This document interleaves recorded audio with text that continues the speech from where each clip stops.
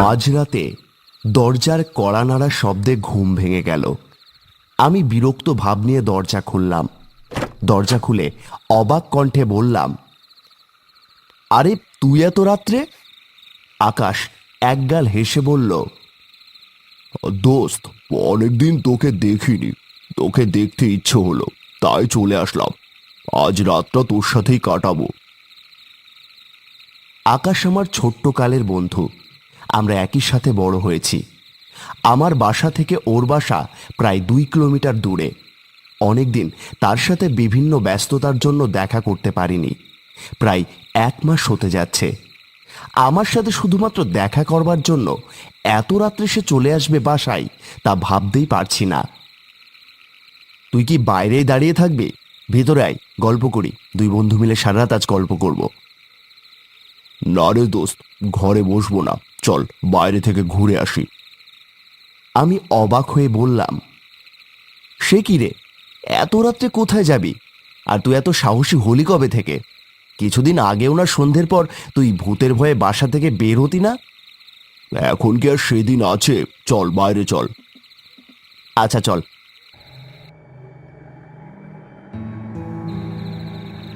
আকাশে কি সুন্দর চাঁদ উঠেছে, তাই না আকাশ?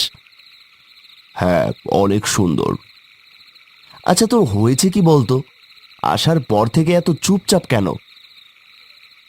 আকাশ মৃদু হেসে বলল, না এমনিতেই, এখন থেকে ভাবছি একাই থাকবো।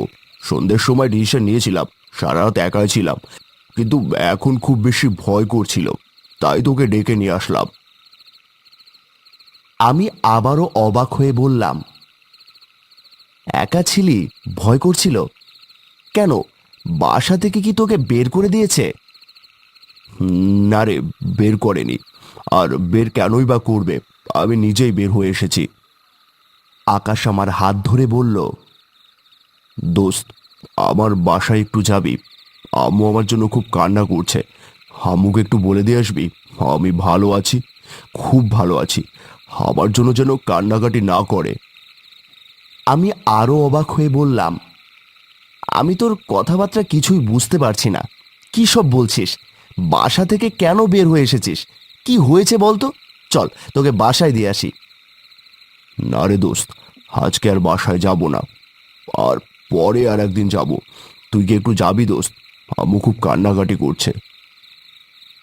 বলেই আকাশ আমাকে জড়িয়ে ধরে কান্না করতে শুরু করলো। তারপর ঘড়ির দিকে তাকালাম, দেখলাম এখন রাত 3টে বাজে। আচ্ছা ঠিক আছে, চল তোর বাসায় যাই। না বন্ধু, তুই একাই যা। আকাশকে কিছুতেই আনা যায়নি। অনেক জোরাজুরি করলাম, তাও আসেনি। আমাকে একাই আসতে হলো। কি আর করব, বন্ধু তো, তাই আসতে হলো।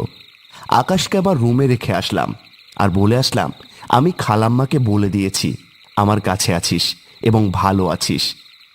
কেন জানি আমার কাছে সবকিছু অদ্ভুত মনে হচ্ছে, আর এইগুলো ভেবে আমার জানি কেমন ভয় লাগছে। আকাশের কান্নাকাটির জন্য বাধ্য হয়ে এত রাত্রে আকাশের বাসায় আমায় আসতে হলো। কি ঘটেছে আমি কিছুই বুঝছি না। পুরো বাড়ি কান্নার শব্দ ভেসে বেড়াচ্ছে। বাড়িতে অনেক মানুষ। আমি নিথর পাথর হয়ে দাঁড়িয়ে আছি। খালাম্মা আমাকে জড়িয়ে ধরে অঝোর ধারায় কাঁদছেন। তারপর খালাম্মা আমাকে সব কিছু খুলে বললেন।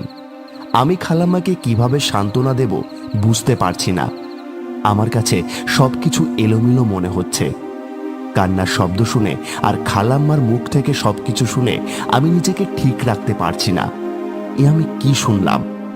আজ সন্ধ্যায় আকাশ তার রুমে গলায় ফাঁস আটকে আত্মহত্যা করেছে। কেন বা কি কারণে খালাম্মার কান্নাকাটির গলায় ক্লিয়ারভাবে বুঝতে পারিনি। আমি যতটুকু জানি ও একটা মেয়ের সাথে প্রেম করত। আমার আস্তে আস্তে বোধশক্তি লোপ পাচ্ছে।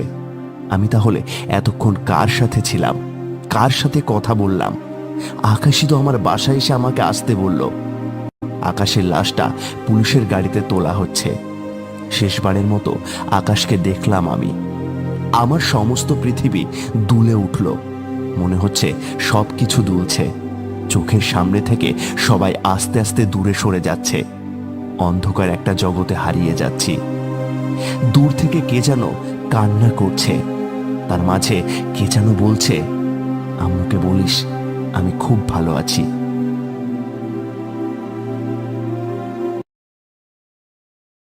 ভিডিওটি যদি ভালো লেগে থাকে তবে অবশ্যই একটা লাইক দিবেন, আর এখনও সাবস্ক্রাইব না করে থাকলে সাবস্ক্রাইব করে আমাদের সাথে থাকুন। সবাই ভালো থাকবেন, সুস্থ থাকবেন। দেখা হবে আমাদের পরবর্তী ভিডিওতে। ধন্যবাদ।